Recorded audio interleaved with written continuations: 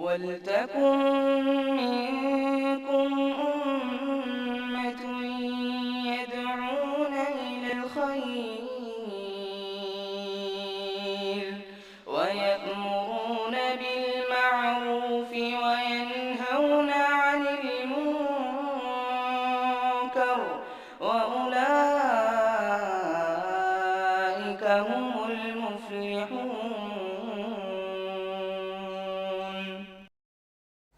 السلام علیکم ورحمۃ اللہ وبرکاتہ. ان الحمد للہ نحمده ونستعینه ونستغفره ونعوذ باللہ من شرور انفسنا ومن سیئات اعمالنا من يهده اللہ فلا مضل له ومن يضلل فلا هادی له واشهد ان لا الہ الا اللہ وحدہ لا شریک له واشهد ان محمدا عبده ورسوله اما بعد فان خیر الحدیث کتاب اللہ وخیر الهدی هدی محمد صلی اللہ علیہ وسلم وشر الامور محدثاتها وكل محدثة بدعة وكل بدعة ضلالة وكل ضلالة في النار. محترم حاضرین، سامعین و سامعات، سامعین و ناظرین کرام، اللہ رب العالمین کا فضل اور اس کا احسان ہے کہ اس نے ہمیں اور آپ کو اس مبارک مجلس میں جمع ہونے اور اللہ رب العالمین کے دین کو سیکھنے کا موقع عنایت فرمایا. پہلی نشست الحمدللہ ہماری مکمل ہو چکی ہے. دوسری نشست ہے جہاں پر ہماری بات آ کر رکی تھی، وہ یہ تھی کہ مشرکین مختلف معبودوں کی عبادت کیا کرتے تھے، مختلف طریقوں سے اللہ رب العالمین کا شریک وہ ٹھہرایا کرتے تھے، ہے نا. کسی ایک چیز کی وہ لوگ عبادت نہیں کیا کرتے تھے. اب یہ سوال ہے کہ جب آپ یہ کہہ رہے ہیں کہ مشرکین مختلف چیزوں کی عبادت کیا کرتے تھے تو اس کی دلیل کیا ہے آپ کے پاس؟ اس کی دلیل کیا ہے؟ تو شیخ الاسلام محمد بن عبد الوہاب رحمۃ اللہ علیہ نے دلیلوں کے ذریعے سے اس کی وضاحت کی ہے. اس کتاب کی ایک خاصیت آپ دیکھیے گا کہ اس میں اپنے سے کہیں پر بھی رائٹر نے کچھ نہیں کہا ہے. جو بات اس نے کہی ہے اس پہ قرآن اور حدیث سے دلیل پیش کیا، قرآن کی آیت سے دلیل پیش کیا اور اس کی وضاحت کی ہے. دیکھیے دلیل ہے وَقَاتِلُوهُمْ حَتَّى لَا تَكُونَ فِتْنَةٌ وَيَكُونَ الدِّينُ كُلُّهُ لِلَّهِ. یعنی مصنف رحمۃ اللہ علیہ نے اس آیت سے استدلال کیا اور یہ کہا کہ وَقَاتِلُوهُمْ حَتَّى لَا تَكُونَ فِتْنَةٌ. اللہ کے نبی صلی اللہ علیہ وسلم نے یہ مختلف معبودوں کی عبادت کرنے والے لوگوں سے کیا کیا؟ قتال کیا. کیا نہیں کیا؟ مختلف کسی کو چھوڑا کیا؟ یہ کہا کہ نہیں چلو یہ فرشتے کی عبادت کرتا ہے اس کو چھوڑ دو، یا یہ کہا یہ نبی کی عبادت کرتا ہے ان کو چھوڑ دو، یا یہ کہا یہ کسی صالح آدمی کی عبادت کرتا ہے ان کو چھوڑ دو.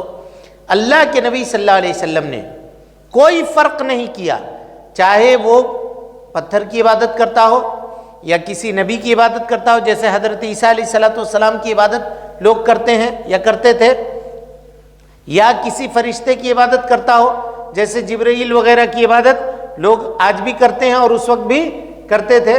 تو اللہ رب العالمین نے اللہ کے نبی صلی اللہ علیہ وسلم نے کسی مشرک کے درمیان فرق نہیں کیا.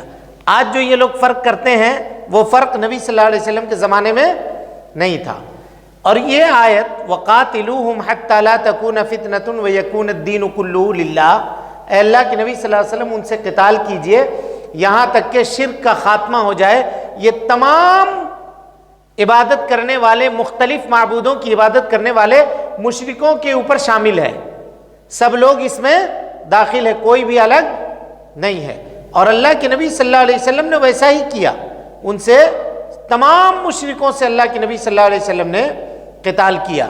اور بلکہ اللہ کے نبی جناب محمد رسول اللہ صلی اللہ علیہ وسلم نے صحابہ کرام رضوان اللہ علیہم اجمعین کو ان کے جانب بھیجا تاکہ ان مشرکین سے قتال کریں اور ان مشرکین کو دین اسلام کی طرف لانے کی کوشش کریں. اب اس کے بعد شیخ الاسلام محمد بن عبد الوہاب رحمۃ اللہ علیہ ہر ایک چیز کی الگ الگ دلیل دے رہے ہیں. کہتے ہیں وَدَلِيلُ الشَّمْسِ وَالْقَمَرِ، اس زمانے میں لوگ سورج اور چاند کی عبادت کیا کرتے تھے. اس کی دلیل کیا ہے؟ اس کی دلیل ہے اللہ رب العالمین کا قول وَمِنْ آيَاتِهِ اللَّيْلُ وَالنَّهَارِ. اللہ تعالیٰ کہتا ہے کہ یہ میری نشانیاں ہیں دن اور رات. یہ کیا ہے؟ اللہ کی نشانی ہے، اور بہت بڑی نشانی ہے، بہت بڑی نشانی ہے اور بہت بڑی نعمت ہے اللہ تعالیٰ کی. اللہ تعالیٰ کہتا ہے قُلْ أَرَأَيْتُمْ، تمہارا کیا خیال ہے، إِن جَعَلَ اللَّهُ عَلَيْكُمُ اللَّيْلَ سَرْمَدًا إِلَى يَوْمِ الْقِيَامَةِ مَنْ يَأْتِيكُمْ بِضِيَاءٍ، اگر اللہ تعالیٰ قیامت تک کے لیے صرف رات ہی رات کر دے، دن نہ بنائے، تمہارے لیے روشنی کون لے کے آئے گا؟ اور اگر رات ہی رات رہے، دن نہ ہو، تو زمین کا ٹیمپریچر کتنا ڈاؤن ہو جائے گا معلوم ہے؟ ہر چیز جمنا شروع ہو جائے گی، انسان کا خون اس کے جسم کے اندر جمنے لگے گا. اور اسی طریقے سے کہا کہ قُلْ أَرَأَيْتُمْ إِن جَعَلَ اللَّهُ عَلَيْكُمُ النَّهَارَ سَرْمَدًا إِلَى يَوْمِ الْقِيَامَةِ مَنْ يَأْتِيكُمْ بِلَيْلٍ تَسْكُنُونَ فِيهِ. اگر اللہ رب العالمین قیامت تک صرف دن ہی دن کر دے، رات نہ بنائے، تو تمہارے لیے رات کون لے کر کے آئے گا جس میں تم سو گے، جس میں تم آرام کرو گے؟ اس سے کیا پتہ چلا کہ یہ اللہ رب العالمین کی دن اور رات کیا ہے؟ اللہ رب العالمین کی بہت بڑی نعمت ہے، بہت بڑی نعمت. اگر صرف رات رہے تب بھی زندگی نہیں کٹے گی، اور صرف اگر دن رہے تو زمین کا ٹیمپریچر اتنا بڑھ جائے گا کہ یہاں آدمی جل کر کے خاک ہو جائے گا، زندگی جینے کے لائق نہیں رہے گا، کوئی کھیتی باڑی کوئی چیز دنیا کے اندر باقی نہیں رہے گی. اسی کو اللہ تعالیٰ بیان کرتا ہے وَمِنْ آيَاتِهِ اللَّيْلُ وَالنَّهَارِ، دن اور رات یہ اللہ رب العالمین کی نشانی ہے. وَالشَّمْسِ وَالْقَمَرِ، سورج اور چاند یہ بھی اللہ رب العالمین کی نشانی ہے. سورج کتنی بڑی نشانی ہے، دیکھیے ہزاروں میل دور ہے اور اس کے باوجود اس کی روشنی زمین پہ پہنچ رہی ہے. ٹھیک اپنے مقررہ وقت کے اوپر سورج طلوع ہوتا ہے اور مقررہ وقت کے اوپر جا کر کے ڈوب جاتا ہے، کبھی تاخیر نہیں ہے، کبھی اس کے مقرر راستے سے الگ نہیں ہوتا. چاند کا وہی معاملہ ہے، مقررہ وقت کے اوپر مہینے کے ابتدا میں نکلتا ہے نہایت باریک، دھیرے دھیرے مکمل ہوتے ہوئے پھر 14 تاریخ 14ویں کا چاند ہو کر کے مکمل ہو کر کے پھر اس کے اندر نقص اور کمی شروع ہو جاتی ہے. یہ اللہ رب العالمین کا نظام ہے، اور اللہ تعالیٰ کی مخلوقات میں سے بڑے مخلوقات ہیں، روشنی دینے والے ہیں، روشنی دینے والے ہیں. تو اللہ تعالیٰ کیا کہتا ہے، دیکھیے لا تسجدوا للشمس، سورج کو سجدہ نہ کرو، ولا للقمر، چاند کو بھی سجدہ نہ کرو. یہ آیت کب نازل ہوئی؟ نبی صلی اللہ علیہ وسلم کے زمانے میں، مشرکین مکہ اور اس زمانے کے مشرکوں کے لیے نازل ہوئی. لہذا پتہ یہ چلا کہ اس زمانے میں سورج اور چاند کو سجدہ کرنے والے لوگ بولیے موجود تھے. تب نہ اللہ رب العالمین نے کہا لا تسجدوا للشمس، سورج کے لیے بھی سجدہ مت کرو، ولا للقمر، اور چاند کے لیے بھی سجدہ مت کرو، بلکہ کس کا سجدہ کرو؟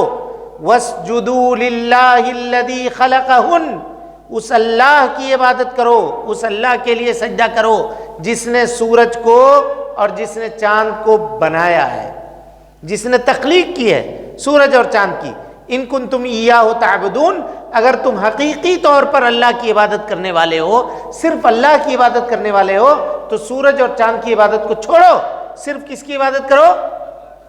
اللہ کی عبادت کرو. لا تسجدوا للشمس ولا للقمر، نہ سورج کو سجدہ کرو نہ چاند کو سجدہ کرو. پتہ یہ چلا کہ اس زمانے میں سورج اور چاند کے سجدہ کرنے والے لوگ موجود تھے، اور اللہ کے نبی جناب محمد الرسول اللہ صلی اللہ علیہ وسلم نے اس معاملے کو کتنا گہرائی سے اور کتنا ڈیپلی لیا اب غور کیجئے کتنی رعایت کی کہ ہم کو اور آپ کو نبی صلی اللہ علیہ وسلم نے منع کیا. کس بات سے؟ کس بات سے منع کیا؟ صرف شرک سے نہیں، سورج اور چاند کی بات ہو رہی ہے. سورج جب نکل رہا ہو اس وقت نماز پڑھنے سے منع کیا، اور سورج جب ڈوب رہا ہو اس وقت بھی نماز پڑھنے سے منع کیا، اور سختی سے منع کیا. طلوع اور غروب کے وقت نماز پڑھ سکتے ہیں. کوئی آدمی اگر خالصتاً لوجہ اللہ، اللہ کے لیے بھی عبادت کرنا چاہ رہا ہے، تب بھی ان اوقات کے اندر نہیں کر سکتا. کیوں؟ کیوں منع کیا؟ کرتے ہیں. ایک معنی تو اس کا یہ ہوا، اور دوسرا معنی یہ ہوا انسان کمزور ہوتا ہے. کبھی کبھی عبادت کر رہا ہے، شیطان آ کر کے اس کے دل میں یہ خیال ڈال دے کہ اصل تم جو عبادت کر رہے ہو یہ اللہ کی دیکھو کتنی بڑی مخلوق ہے، اس کی عبادت کرو، اس کی عبادت کرو. اور جب عبادت سورج اور چاند سورج جب طلوع ہوتا ہے تو شیطان وہاں پر جا کر کھڑا ہو جاتا ہے، اپنا سینگ کا ان الشمس تطلع بین قرنی الشیطان. نبی صلی اللہ علیہ وسلم نے فرمایا شیطان کے دو سینگوں کے درمیان سے سورج نکلتا ہے، یعنی وہاں پہ جا کر وہ کھڑا ہو جاتا ہے. اور اس وقت جو لوگ عبادت اس کی کر رہے ہوتے ہیں، صبح صبح اٹھ کر کے سورج کی طرف دیکھیے گا منہ کر کے لوگ عبادت کرتے ہیں، اپنے مخصوص انداز میں وہ لوگ کھڑے ہوتے ہیں. اس کو دیکھ کر کے وہ خوش ہوتا ہے کہ یہ لوگ کس کی عبادت کر رہے ہیں؟ شیطان یہ سمجھتا ہے کہ یہ لوگ میری عبادت کر رہے ہیں. نبی صلی اللہ علیہ وسلم نے توحید کی حفاظت کس طرح سے کی، اور اپنی امت کو توحید کے راستوں سے کتنا دور ہونے کے لیے کہہ دیا. کہا کہ تم اللہ کے لیے ہی نماز پڑھو، لیکن سورج اور کے طلوع ہونے کے وقت اور سورج کے غروب ہونے کے وقت نماز نہ پڑھو، نماز نہ پڑھو. اگرچہ تم اللہ رب العالمین کے لیے ہی نماز پڑھ رہے ہو، تب بھی اس وقت سجدہ کرنے کی اجازت ہم کو اور آپ کو نہیں ہے. اس سے کیا پتہ چلا کہ اللہ کے نبی جناب محمد رسول اللہ صلی اللہ علیہ وسلم نے امت کو شرک سے بچانے کی کس قدر کوشش کی ہے اور کس قدر اس کو دور کیا ہے. اسی لیے اللہ کے نبی صلی اللہ علیہ وسلم نے فرمایا کہ سورج شیطان کے دو سینگوں کے درمیان سے نکلتا ہے، اور شیطان انسان کے دل میں فتنہ ڈال سکتا ہے اور اس کو دل کو توحید سے شرک کی طرف پھیر سکتا ہے. یہ کہہ سکتا ہے کہ یہ دیکھو اتنا بڑا مخلوق ہے، اللہ تعالیٰ کا اتنا بدیع مخلوق ہے، عجیب مخلوق ہے، عظیم مخلوق ہے، تم اس کی عبادت کرو. اللہ رب العالمین کی عبادت کے ساتھ ساتھ انسان کے دل کو پھیر سکتا ہے. اسی لیے اللہ کے نبی جناب محمد رسول اللہ صلی اللہ علیہ وسلم نے سورج اور چاند کے وقت طلوع اور غروب ہونے کے وقت، سورج کے طلوع اور غروب ہونے کے وقت ہم کو اور آپ کو سجدہ کرنے سے منع فرما دیا. تو غروب ہو جانے کے بعد، جب غروب پورے طور پہ ہو جاتا ہے اس کے بعد اذان ہے، اس سے پہلے نہیں. یہ غروب ہونے وقت کا معاملہ ہے. غروب جب ہو جائے تو اس وقت ہماری عبادت کا وقت شروع ہو جاتا ہے. نہیں، کوئی وقفہ دینے کی ضرورت نہیں ہے. مطلق طور پر غروب کا اگر یقین ہو گیا کہ سورج غروب ہو گیا تو اب اس کے بعد اذان دے کر کے آدمی افطار بھی کر سکتا ہے، اور اذان کے بعد 2 رکعت مغرب کی 2 رکعت سنت پڑھ سکتا ہے. صحابہ کرام رضوان اللہ علیہم اجمعین اذان ہونے کے بعد مسجد میں کھمبے کو تلاش کرتے تھے. کیوں؟ تاکہ 2 رکعت نماز ادا کریں، 2 رکعت نماز ادا کریں.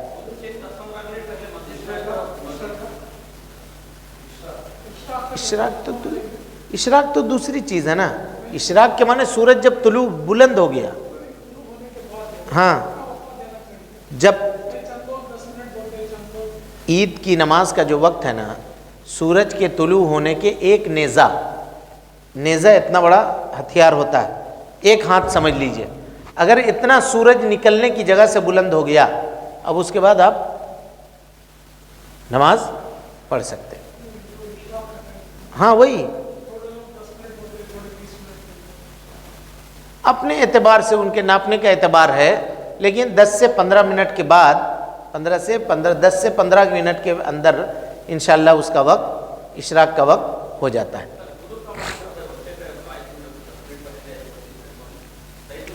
نہیں پڑھیے، تھوڑی دیر انتظار کر لیجئے، نہیں بیٹھیے تو بہتر ہے، کھڑے رہ کر کے انتظار کر لیجئے تھوڑی دیر۔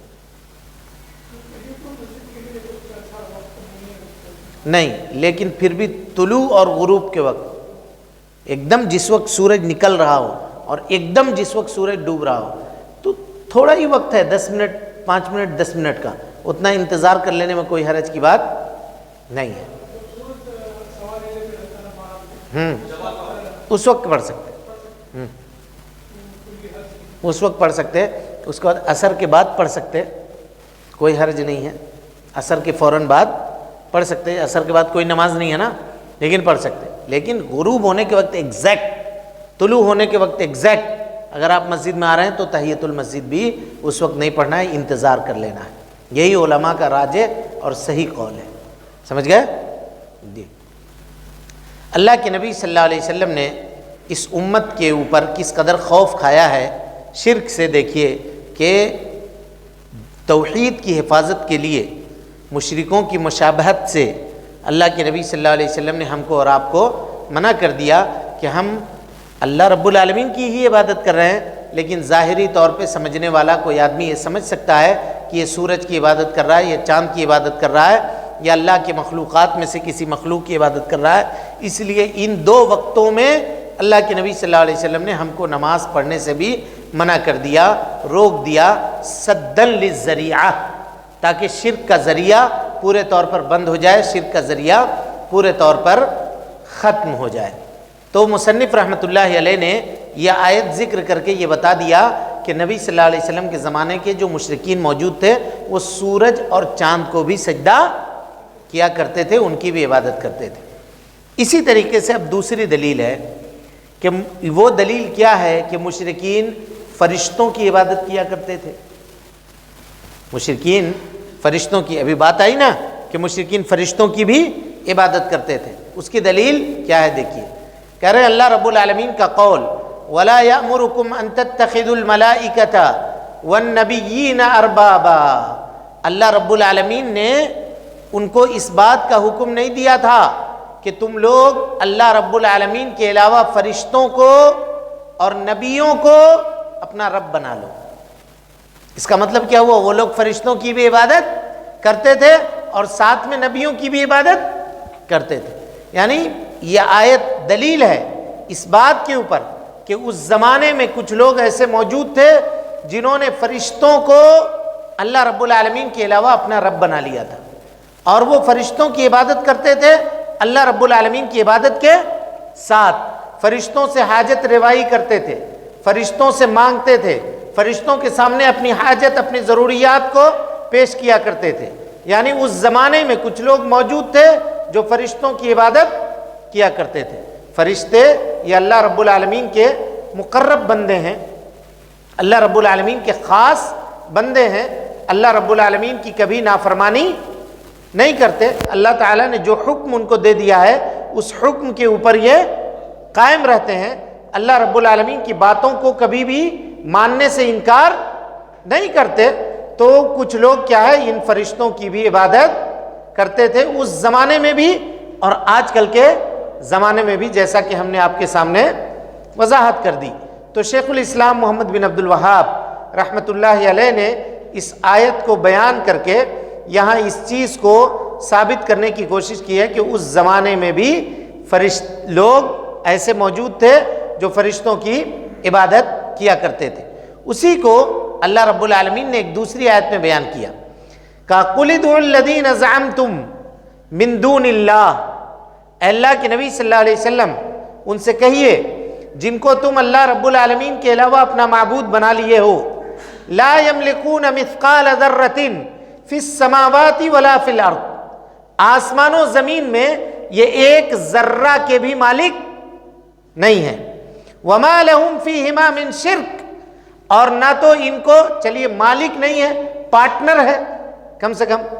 تو کہا کہ اللہ رب العالمین یہ کہہ رہا ہے کہ ان کو اللہ تعالیٰ نے پارٹنر بھی نہیں بنایا ہے.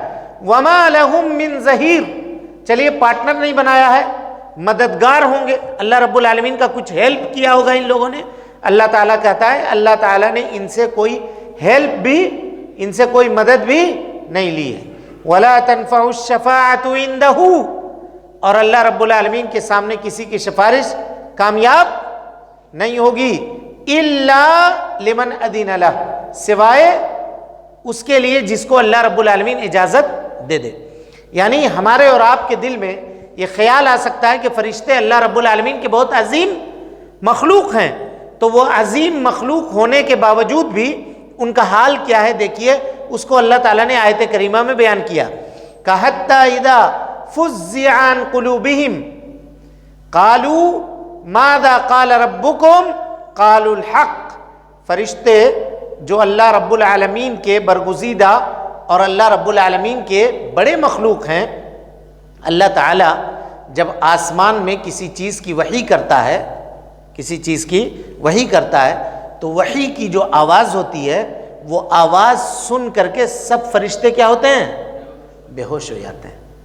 چاہے جتنے بڑے بھی مخلوق کیوں نہ ہو، وہ بے ہوش ہو جاتے ہیں. اور جو بے ہوش ہو جائے وہ رب نہیں ہو سکتا.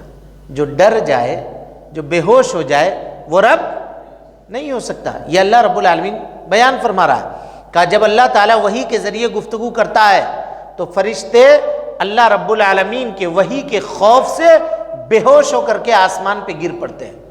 یہ وہی ملائکہ ہیں، یہی فرشتے ہیں جن کی اتنی بڑی جسامت ہے، جو اتنی بڑی قدرت کے، اتنی بڑی طاقت کے مالک ہیں. اس کے باوجود بھی جب اللہ رب العالمین کی وحی کی آواز سنتے ہیں تو ان کے اوپر غشی طاری ہو جاتی ہے، بے ہوشی طاری ہو جاتی ہے. تو یہ مخلوق کیا ہے؟ ضعیف ہے، کمزور مخلوق ہے، اور یہ رب بننے کے لائق نہیں ہے. اللہ تعالیٰ کہہ رہا ہے لا یعصون اللہ ما امرہم ویفعلون ما یؤمرون. اللہ رب العالمین کے حکم کے تابع ہیں. اللہ نے جو آرڈر دے دیا وہی آرڈر یہ کریں گے، اپنے سے کچھ بھی کرنے کے ان کو اختیار نہیں ہے. اس سے کیا پتہ چلا کہ فرشتے عبادت کے مستحق نہیں ہو سکتے. اور اسی کو اللہ رب العالمین نے ایک جگہ بیان فرمایا قرآن مجید میں، کہا وَمَن يَقُلْ مِنْهُمْ إِنِّي إِلَٰهٌ مِّن دُونِهِ فَذَلِكَ نَجْزِيهِ جَهَنَّمَ. جو آدمی یہ کہے کہ فرشتے کہ اگر فرشتے بھی یہ کہیں کہ اللہ کے علاوہ کوئی دوسرا معبود ہے، یا فرشتوں کو اللہ کے علاوہ معبود بنائے کوئی آدمی، تو اللہ رب العالمین اس کو کیا کرے گا؟ جہنم میں داخل کرے گا. ایسا آدمی جہنم میں جانے والا ہوگا. یہ فرشتوں کے تعلق سے اللہ رب العالمین نے بیان فرمایا.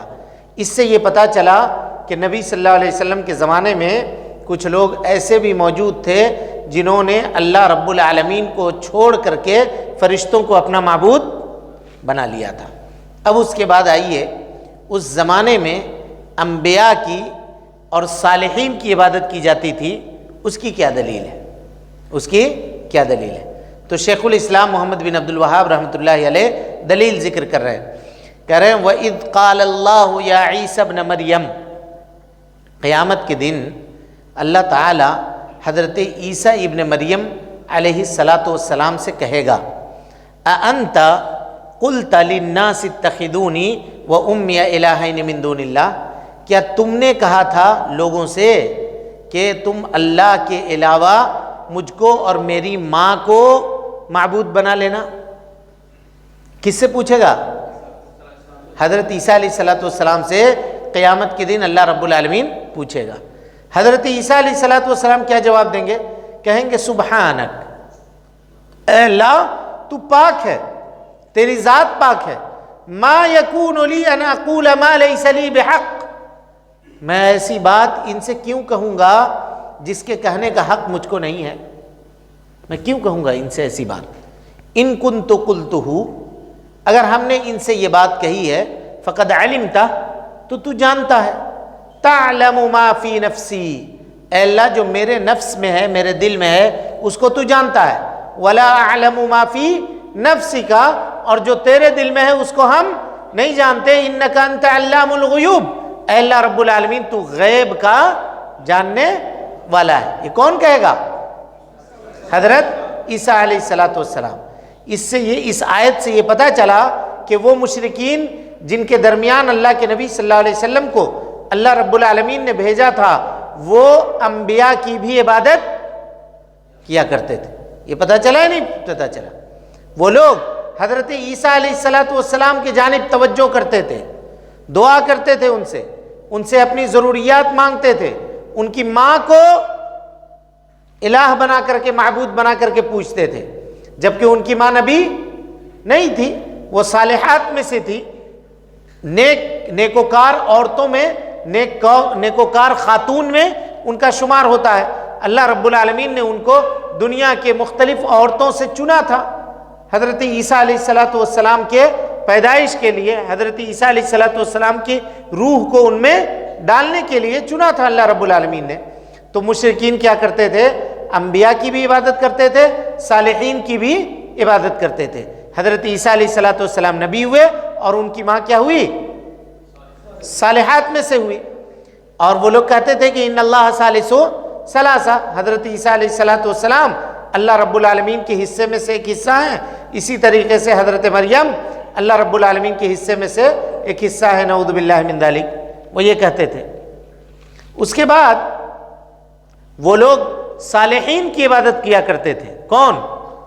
مشرکین مکہ صالحین کی عبادت بھی کیا کرتے تھے. اس کی دلیل کیا ہے دیکھیے. کہ اولئک الذین یدعون یبتغون الی ربہم الوسیلہ ایہم اقرب ویرجون رحمتہ ویخافون عذابہ ان عذاب ربک کان محذورا. اولئک الذین یدعون، یہ لوگ اللہ رب العالمین کے علاوہ جن جن کو پکارتے ہیں، یبتغون الی ربہم الوسیلہ، یہ لوگ اپنے نیک اعمال کے ذریعے اللہ رب العالمین سے وسیلہ طلب کرتے ہیں. ایہم اقرب، کہ کون ان میں سے اللہ رب العالمین سے زیادہ قریب ہے. وَيَرْجُونَ رَحْمَتَهُ وَيَخَافُونَ عَذَابَهُ. اس آیت کے بارے میں دو قول ہیں. ایک قول تو یہ ہے کہ مشرکین کچھ جنوں کی عبادت کیا کرتے تھے، جنوں کی عبادت کیا کرتے تھے. جنات میں سے کچھ لوگ کیا ہو گئے جن کی عبادت یہ مشرکین کیا کرتے تھے، وہ لوگ مسلمان ہو گئے، اللہ کے نبی صلی اللہ علیہ وسلم کے اوپر ایمان لے آئے. تو اب وہ جنات جو تھے اللہ تعالیٰ کی عبادت کر کے اللہ رب العالمین سے تقرب حاصل کرتے تھے، جبکہ یہ لوگ جو مشرک تھے وہ ان جناتوں کی کیا کرتے؟ عبادت کیا کرتے تھے. یہ آیت ان لوگوں کے تعلق سے نازل ہوئی. اور کچھ لوگوں نے یہ کہا کہ نہیں، یہ آیت کریمہ نازل ہوئی ان لوگوں کے لیے کہ پہلے ان کا تذکرہ ہے. اللہ تعالیٰ کہتا ہے قُلِ ادْعُوا الَّذِينَ زَعَمْتُم مِّن دُونِهِ. اے اللہ کے نبی صلی اللہ علیہ وسلم ان لوگوں سے کہیے جن کو تم اللہ رب العالمین کے علاوہ اپنا معبود بنائے ہوئے ہو، لا يملكون كشف الضر عنكم ولا تحویلا، یہ تم سے مصیبت کو دور کرنے کے اوپر قادر نہیں ہے. دور کرنا تو دور کی بات ہے، تھوڑا سا کھسکانے کے اوپر بھی قادر نہیں ہے. پورے طور پر مصیبت دور کرنا بہت دور کی بات ہے، ذرا سا مصیبت کو ہلکا کرنے، ڈھیلا کرنے کے اوپر بھی قادر نہیں ہے. اس کے بعد یہ آیت نازل کیا کہ اولئک الذین یدعون یبتغون الی ربہم الوسیلۃ ایہم اقرب ویرجون رحمتہ. یہ لوگ جن کو اللہ رب العالمین کے علاوہ اپنا شریک بناتے ہیں، اللہ رب العالمین کے ساتھ شریک ٹھہراتے ہیں لوگوں کو، یہ اللہ تعالیٰ سے خود قربت کا ذریعہ اور وسیلہ تلاش کرتے ہیں. وہ اللہ کے نیک اور صالح بندے ہیں. اس سے اس آیت کریمہ سے یہ پتہ چلا کہ مشرکین کیا کرتے تھے؟ نیک اور صالح، اللہ رب العالمین کے نیک اور صالح بندوں کی بھی عبادت کیا کرتے تھے. اسی طریقے سے لات کے بارے میں جو تذکرہ آپ کے سامنے آیا وہ کون تھا؟ نیک آدمی تھے، اس کی یہ لوگ عبادت کیا کرتے تھے. اس کے قبر کے سامنے یا اس پتھر کے سامنے جہاں پہ بیٹھ کر کے وہ ستو گھولا کرتے تھے، وہاں پر بیٹھ کر کے یہ لوگ عبادت کرتے تھے. تو یہ آیت واضح ہو گئی اس آیت سے کہ نبی صلی اللہ علیہ وسلم کے زمانے میں جو مشرکین تھے وہ مشرکین اولیاء کی بھی عبادت کیا کرتے تھے اور صالحین کی بھی عبادت کیا کرتے تھے. اب یہاں پہ ایک شبہ کا ازالہ کیجیے آپ لوگ. علمی بات ہے اس کو سمجھیے. کوئی آدمی اگر کسی ولی سے مانگتا ہے یا کسی نبی کی عبادت کرتا ہے یا کسی نیک آدمی کے قبر کے سامنے جاتا ہے، کیوں جاتا ہے؟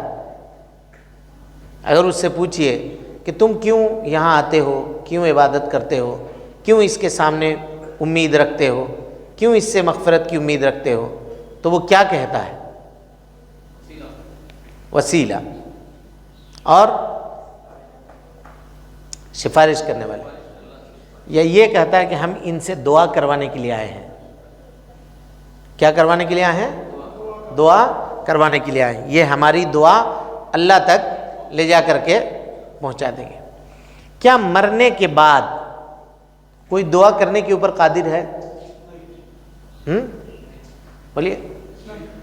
اچھا، ولی زیادہ بڑا ہے یا نبی؟ ہے نبی بڑا ہے. اور انبیاء میں یا نبیوں میں، تمام نبیوں میں سب سے افضل اور تمام نبیوں کے سردار یہ کون ہے؟ محمد صلی اللہ علیہ وسلم. محمد صلی اللہ علیہ وسلم نے، صحیح بخاری کی روایت ہے، ام المومنین حضرت عائشہ صدیقہ رضی اللہ تعالی عنہا سے آپ صلی اللہ علیہ وسلم نے فرمایا، کیا کہا؟ ان کان ذاکی انا وانا حی استغفرت لک. کہا اے عائشہ، اگر تمہارا انتقال ہو گیا، وانا حی، اور میں زندہ رہا، تمہارا انتقال ہو گیا اور میں زندہ رہا، استغفرت لک، تو میں تمہارے لیے مغفرت کروں گا. اس سے کیا پتہ چلا؟ زندہ رہنے والا مغفرت کر سکتا ہے، مر جانے کے بعد دعا نہیں کر سکتا. پھر یہ لوگ کیسے کہہ رہے ہیں کہ یہ ولی یا یہ قبر والے ہمارے لیے دعا کریں گے؟ قبر والے کو ہم درخواست لے کر کے جا رہے ہیں دعا کر.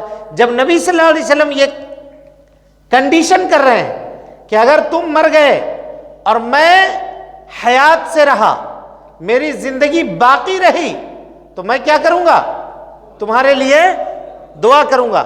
لیکن اگر میں انتقال کر گیا تو ظاہر سی بات ہے دعا نہیں کر سکتا ہوں. یہی مطلب ہوا نا، میں زندہ رہا تو دعا کروں گا، میں انتقال ہو گیا تو دعا نہیں کر سکتا ہوں. جب اللہ کے نبی صلی اللہ علیہ وسلم کا یہ حال ہے، اور خود اللہ رب العالمین نے کہا اذا مات، اللہ کے نبی صلی اللہ علیہ وسلم نے فرمایا اذا مات ابن آدم، ابن آدم کی جب انتقال ہو جاتی ہے، جب وہ مر جاتا ہے دنیا سے، انقطع عملہ، اس کا عمل منقطع ہو جاتا ہے، بند ہو جاتا ہے، الا من ثلاث، سوائے 3 چیزوں سے جو دنیا کے اندر وہ کر کے گیا ہے: صدقہ جاریہ، علم نافع جس کو پھیلایا، شاگرد پیدا کیا، کتابیں لکھی، اس کے ذریعے سے اس کو ثواب پہنچتا رہے گا، یا نیک صالح اولاد جو اس کے بعد زندہ ہے اور اس کے لیے دعا کر رہی ہے. یہی 3 راستہ ہے، اس کے علاوہ کوئی راستہ ہے ثواب پہنچانے کا؟ بولیے. پھر یہ لوگ کیسے جاتے ہیں قبر والے کے پاس اور جا کر کے یہ کہتے ہیں کہ یہ ہمارے لیے دعا کریں گے، یہ ہمارے لیے سفارشی ہوں گے، جبکہ اللہ کے نبی صلی اللہ علیہ وسلم خود کیا کہہ رہے ہیں کہ میں اگر زندہ رہا تو تمہارے لیے دعا کروں گا. اس سے پتہ یہ چلا کہ استغفار کرنا یہ زندوں کا کام ہے، مغفرت کرنا یا مغفرت طلب کرنا اللہ رب العالمین سے کس کا کام ہے؟ زندوں کا کام ہے، کسی مردے کا کام نہیں ہے. بھائی آپ سوچئے نا، ایک آدمی جب زندہ ہے تو وہ محتاج ہوتا ہے، لیکن کم محتاج ہوتا ہے. مر گیا تو اس کی محتاجی دیکھیے، 4 آدمی کے کندھے کے اوپر لد کر کے کہیں پر جاتا ہے، وہ جہاں اس کو دفن کرنا ہے، جہاں اس کو لے کے جانا ہے. خود سے نہ وہ اپنا کپڑا بدل سکتا مرنے کے بعد، نہ خود سے وہ نہا سکتا ہے. اگر کوئی آدمی اس کو نہ اٹھائے تو وہیں پڑا رہے گا. کتنے لوگوں کی لاشیں گھر کے اندر 2 مہینہ 4 مہینہ 5 مہینہ کے بعد لوگوں نے نکالی ہے یا نہیں ہے؟ مرنے کے بعد جب انسان کمزور ہو جاتا ہے تو کوئی آدمی اس سے امید رکھتا ہے، اس سے اپنی حاجت مانگتا ہے، کمزور سے. یہ کیسی انسان کے عقل کی خرابی ہے، اس کا آپ اندازہ لگائیے۔ لیکن یہاں پر کچھ لوگ ایک حدیث پیش کرتے ہیں، آپ بھی جب ان کو یہ بتائیے گا تو آپ کے سامنے بھی وہ حدیث بیان کریں گے اور کہیں گے دیکھو حدیث تو اس طرح سے ہے۔ حدیث کیا ہے دیکھیے، کہا اللہ کے نبی صلی اللہ علیہ وسلم نے فرمایا تعرض علی اعمالکم، تمہارے اعمال میرے اوپر پیش کیے جاتے ہیں، وانا میت، اس حال میں کہ میں میت ہوتا ہوں، قبر میں ہوتا ہوں۔ یعنی نبی صلی اللہ علیہ وسلم نے کہا، اس حدیث کے مطابق نبی صلی اللہ علیہ وسلم نے یہ کہا کہ تمہارے اعمال، تمہارے سے مراد میری امت کے اعمال میرے اوپر پیش کیے جاتے ہیں اس حال میں کہ میں میت ہوتا ہوں، میں قبر میں ہوتا ہوں۔ درست اعمال بھی، نیک عمل بھی، اور سیئہ برے عمل بھی، دونوں پیش کیے جاتے ہیں۔ جب میں نیک اعمال کو دیکھتا ہوں تو اللہ رب العالمین کی تعریف بیان کرتا ہوں کہ میری امت نے نیک عمل انجام دیا، اور جب میں برے عمل کو دیکھتا ہوں تو استغفرت اللہ لکم، اللہ رب العالمین سے استغفرت اللہ لکم، اللہ رب العالمین سے میں تمہارے لیے مغفرت طلب کرتا ہوں، تمہارے لیے مغفرت طلب کرتا ہوں۔ یہ کون کہہ رہا ہے؟ اللہ کے نبی صلی اللہ علیہ وسلم۔ اب جب اس طرح کی حدیث بریلیوں کے سامنے اور دوسرے لوگوں کے سامنے پیش کی جاتی ہے تو ان کا جذبہ اور ساتوں آسمان پہ پہنچ جاتا ہے، یہاں ایک دم بالکل ہم ولی کی عبادت صحیح کر رہے ہیں، ٹھیک کر رہے ہیں، جبکہ یہ حدیث بالکل درست اور صحیح نہیں ہے، موضوع اور ضعیف روایت ہے۔ بعض لوگ اس حدیث سے استدلال کرتے ہیں جو ضعیف ہے، لیکن وہ حدیث جو بخاری کی روایت ہے جس میں اللہ کے نبی صلی اللہ علیہ وسلم نے فرمایا کہ اگر میں زندہ رہا اور تمہاری موت ہو گئی تو میں تمہارے لیے استغفار کروں گا، اس لیے کہ زندہ آدمی استغفار کر سکتا ہے، مردہ آدمی استغفار نہیں کر سکتا، مردہ آدمی استغفار نہیں کر سکتا۔ یہ حدیث اس سے پہلے کی جو حدیث آپ کے سامنے بیان ہوئی وہ ضعیف ہے۔ اسی لیے جی صحابہ کرام نے اس بات کو سمجھا تھا۔ کیسے سمجھا تھا؟ اللہ کے نبی صلی اللہ علیہ وسلم کے وفات کے بعد جب دعا کرانے کی ضرورت ہوتی تھی، بارش نہیں ہوئی، حضرت عمر ابن خطاب رضی اللہ تعالیٰ عنہ کے زمانے میں، تو حضرت عمر ابن خطاب کو کہاں جانا چاہیے تھا؟ نہیں گئے وہاں، لیکن ان لوگ کے مطابق کہاں جانا چاہیے تھا؟ قبر کے پاس جانا تھا، لیکن گئے نہیں گئے۔ کیا پتہ چلا اس سے؟ کہ مردے نہیں سنتے ہیں، یہی تو پتہ چلا۔ حضرت عمر ابن خطاب رضی اللہ تعالیٰ عنہ نے کہا اللہم، اے اللہ، انا کننا نتوسل الیک بنبینا، ہم تیرے سامنے وسیلہ پیش کرتے تھے، یعنی دعا کرواتے تھے، کس سے؟ اے اللہ تیرے نبی سے۔ والآن، جب اب ہمارے درمیان نبی صلی اللہ علیہ وسلم موجود نہیں ہے تو نتوسل الیک بعم نبینا، نبی صلی اللہ علیہ وسلم کے چچا کے ذریعے سے دعا کروا رہے ہیں۔ اللہ قم یا عباس، کہا اے عباس کھڑے ہوئیے، ادعو اللہ لنا، اور اللہ رب العالمین سے ہمارے لیے دعا کیجئے۔ حضرت عباس ابن عبد المطلب رضی اللہ عنہ کھڑے ہوئے اور دعا کی، اور اللہ رب العالمین نے بارش نازل فرمائی۔ اللہ کے نبی صلی اللہ علیہ وسلم کے زمانے میں لوگ اللہ کے نبی صلی اللہ علیہ وسلم سے دعا کروا لیا کرتے تھے، حضرت عباس رضی اللہ تعالیٰ عنہ کے پاس نہیں جاتے تھے، بلکہ نبی صلی اللہ علیہ وسلم کے پاس جاتے تھے، وہاں سے دعا کروا لیتے تھے۔ لیکن جب آپ صلی اللہ علیہ وسلم نہیں ہیں تو کس کے پاس گئے؟ عباس کے پاس۔ یہ بات سمجھنا ہوگا کہ اگر زندہ ہے کوئی آدمی تو آپ جا کے اس سے دعا کروا سکتے ہیں، لیکن اس کی حیات جب ختم ہو گئی تو اب وہ اس حدیث کے دائرے میں آ گیا، اذا مات الانسان، جب کوئی آدمی مر جاتا ہے اس کا عمل کیا ہوتا ہے؟ منقطع ہو جاتا ہے، بند ہو جاتا ہے، سوائے 3 چیزوں سے، اور وہ 3 چیزیں جس کا ذکر آپ کے سامنے ہو چکی۔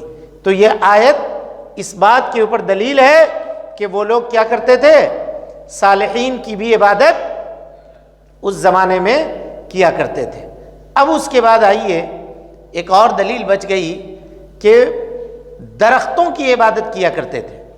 اس کی دلیل کیا ہے؟ اس زمانے میں یہ لوگ درختوں کی عبادت کیا کرتے تھے، اس کی دلیل کیا ہے؟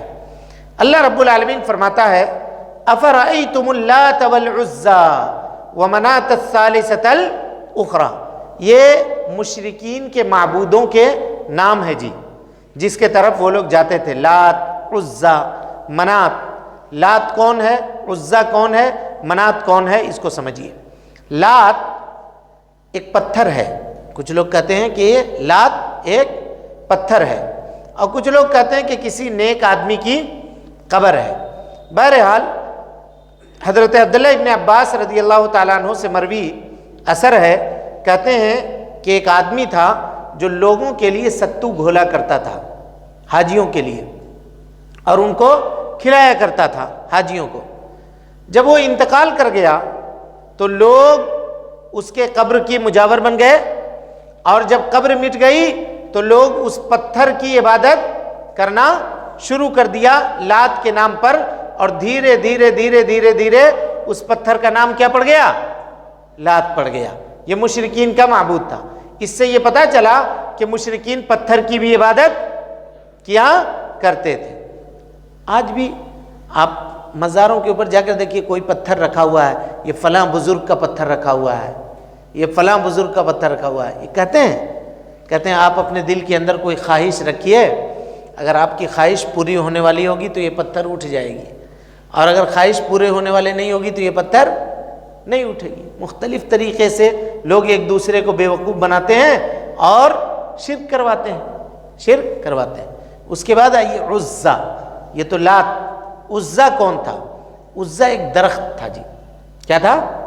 درخت۔ مشرکین اس درخت کے پاس جاتے تھے اور وہاں جا کر کے شرک کیا کرتے تھے، اور اس درخت کے پیچھے یا پاس میں ایک جنیاں رہتی تھی، جنیاں یعنی جنات کی فیمیل رہا کرتی تھی وہاں پہ لوگ، اور چھپی ہوئی رہتی تھی۔ وہ لوگ جب جاتے تھے اور جانے کے بعد درخت سے کچھ مانگتے تھے تو وہ جنیاں جواب دیتی تھی، کہتی تھی ہاں تمہارا یہ مانگ پورا ہو جائے گا، تمہارا یہ مانگ پورا ہو جائے گا۔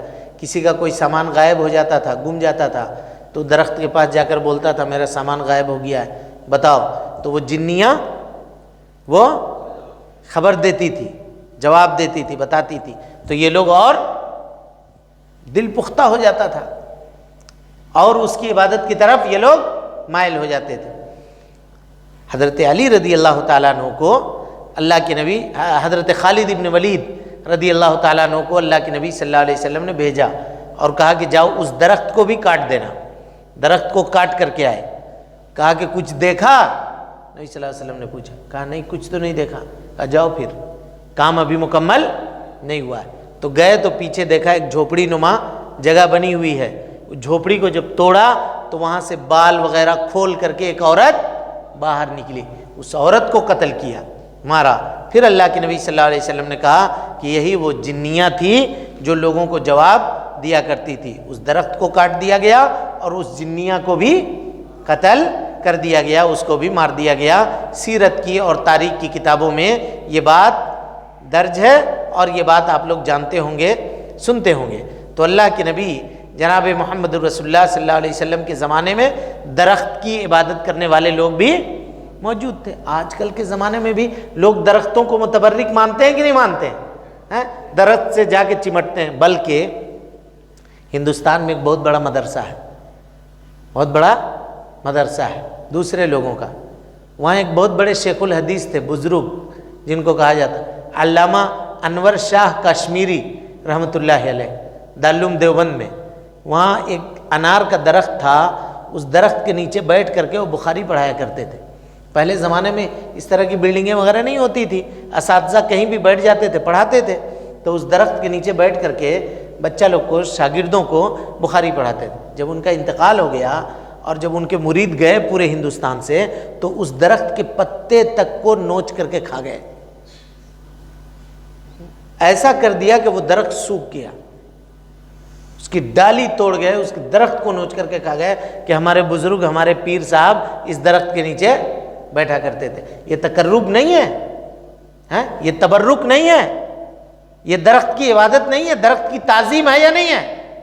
بتائیے، یہی تو اس زمانے کے لوگ کرتے تھے، آج کل کے زمانے کے لوگ بھی کرتے ہیں. مزاروں پہ چادر بھیجواتے ہیں، جاؤ یہ چادر مزار سے لگا کر کے لے آؤ. یا مزار پہ رکھی ہوئی جو چادر، چڑھی ہوئی چادر ہے، وہ کروڑوں کی قیمت میں بکتی ہے. کیوں؟ مزار اس کے اندر ولی کا تبرک چلا گیا ہے.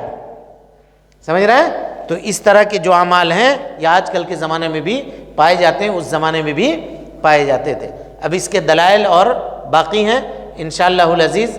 اب نیکسٹ کب پڑ رہا ہے سنڈے دیکھیے، ہاں 1 جنوری، 1 کو سنڈے ہے. ٹھیک ہے انشاءاللہ پھر 1